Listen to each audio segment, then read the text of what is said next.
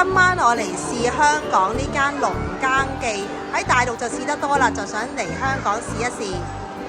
佢外邊嘅位亦都係有啲放農作物嘅地方喎。哇，個環境個氛圍都幾靚啊！入到嚟呢啲環境，哇，好靚啊！佢嗰個氣氛有晒紅燈籠，幾好喎。我哋坐卡位。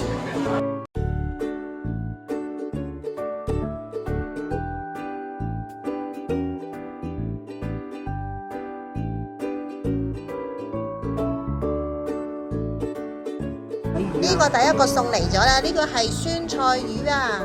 睇你興玩呢個小籠包嚟啦，呢個鮮炆腐皮啊，呢個係柴火煙筍啊，呢個係咩啊？陳皮銀絲卷喎，幾靚仔喎！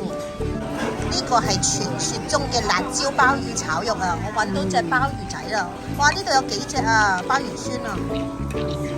今晚呢個視頻呢就好短，我就冇刻意講啲食物嘅質素係點樣啦。但係整體而言呢，其實係 OK 嘅，味道係 OK。但係我朋友呢就話，相對於國內嘅農耕記呢個味道呢就比較冇咁辣啦，冇咁野味啦。咁可能我覺得可能佢適合翻香港嘅市場啦，因為香港人都未必個個食得咁辣啊。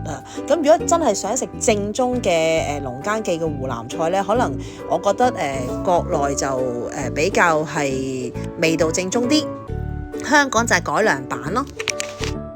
咁至於價錢方面呢，佢每個餸係比起大陸呢貴幾十蚊嘅，咁呢個都係預期中嘅。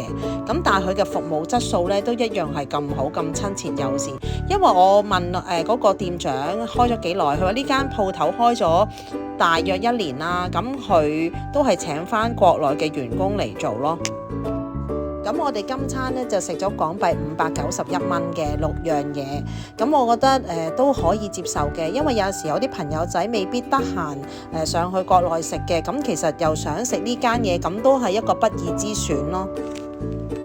如果鍾意我呢段片嘅朋友，請幫忙分享、讚好、訂閱，多謝晒。